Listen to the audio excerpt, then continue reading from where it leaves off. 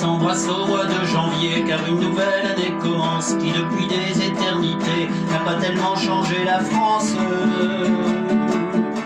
Passent les jours et les semaines, y a que le décor qui évolue, la mentalité est la même, tous des tocards, tous des faux culs.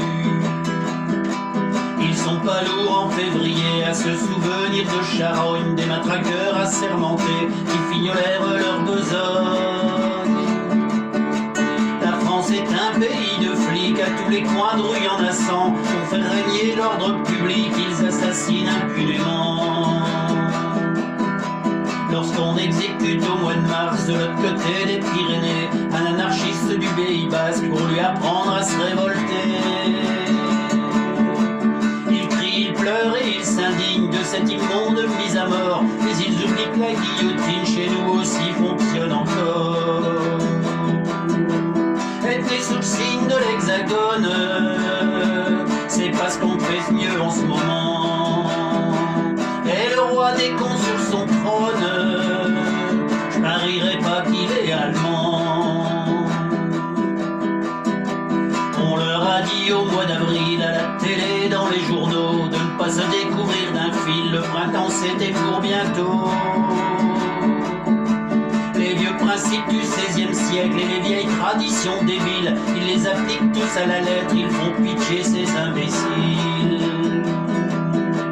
Ils se souviennent au mois de mai d'un sang qui coule à rouge et noir, une révolution manquée qui faillit renverser l'histoire. Je me souviens sur tous ces moutons effrayés par la liberté, s'en allant voter par millions pour l'ordre et la sécurité.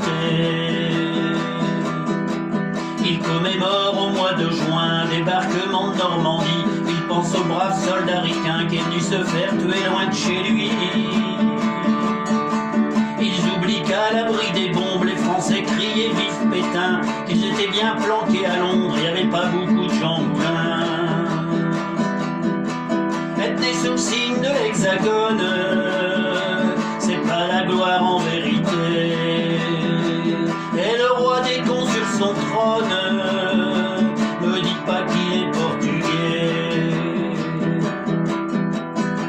Ils font la fête au mois de juillet en souvenir d'une révolution qui n'a jamais éliminé la misère et l'exploitation. Ils s'abreuvent de balles populaires, feux d'artifice et de flonflons. Ils pensent oublier dans la bière qu'ils sont gouvernés comme des cons. Au mois d'août c'est la liberté, après une longue année d'usine, ils crient vive les congés payés, ils oublient un peu la machine. En Espagne, en Grèce ou en France, ils vont polluer toutes les plages et par leur unique présence abîmer tous les paysages. Lorsqu'en septembre on assassine un peuple et une liberté, au cœur de l'Amérique latine, ils sont pas nombreux à gueuler. Un ambassadeur se ramène, bras ouverts, il est accueilli. Fascisme, c'est la gangrène à Santiago comme à Paris. Être né sous le signe de l'Hexagone, c'est vraiment pas une sinécure.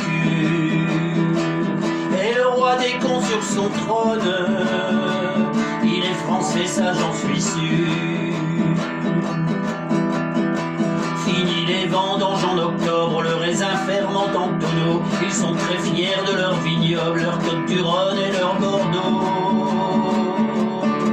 Ils exportent le sang de la terre un peu partout à l'étranger. Leur pinaret, leur camembert, c'est leur seule gloire à s'étarer.